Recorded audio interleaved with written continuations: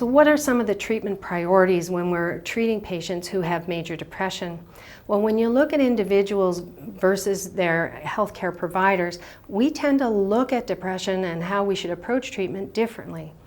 Patients tend to certainly be focused on their mood symptoms as our physicians, but as they move into the remission period, there seems to be a disconnect between what patients are experiencing and what physicians feel is important to continue to manage.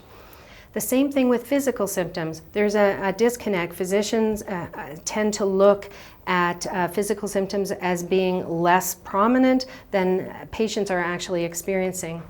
And unfortunately, the same is true of cognitive symptoms. Patients tend to be more bothered by cognitive symptoms, and physicians may be less tuned into the concerns that the patients are having on an ongoing basis related to cognition. We also know that healthcare professionals tend to underestimate the number of patients who want their physical and cognitive symptoms addressed during all phases of major depression.